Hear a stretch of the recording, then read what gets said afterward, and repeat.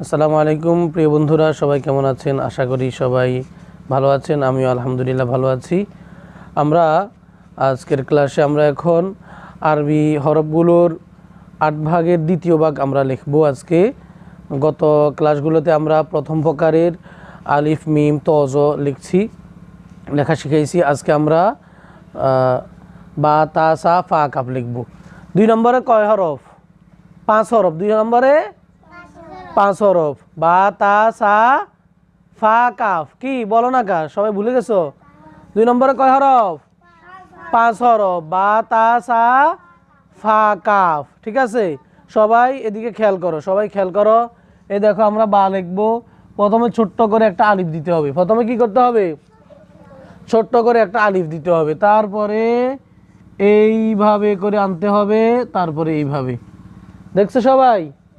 এই যে এইভাবে এটা এই মাথা আর এই মাথা একদম সমান করতে হবে।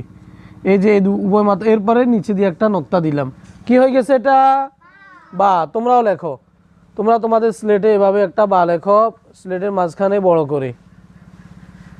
কেউ বসে থাকবা না, সবাই লিখবা, লেখো।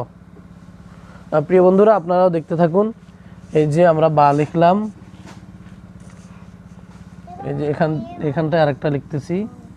এই যে এভাবে আলিফের মতো করে দিয়ে এভাবে সোজা আনতে হবে, সোজা এনে তারপরে এইভাবে করতে হবে, এইভাবে। লেখছো সবাই? দেখাও দেখাও, যারা লেখছো দেখাও। এই বা লিখছি আমরা। কি লিখলাম? বা।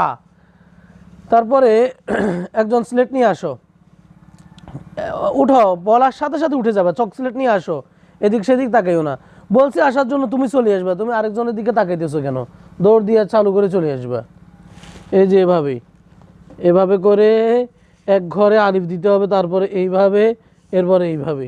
কি হয়েছে এখন? বা। ধরো, লেখো, দাও চক সিলেট দাও, চক দাও, চক দিবা। এই যে প্রথমে আমরা কি করব? এই যে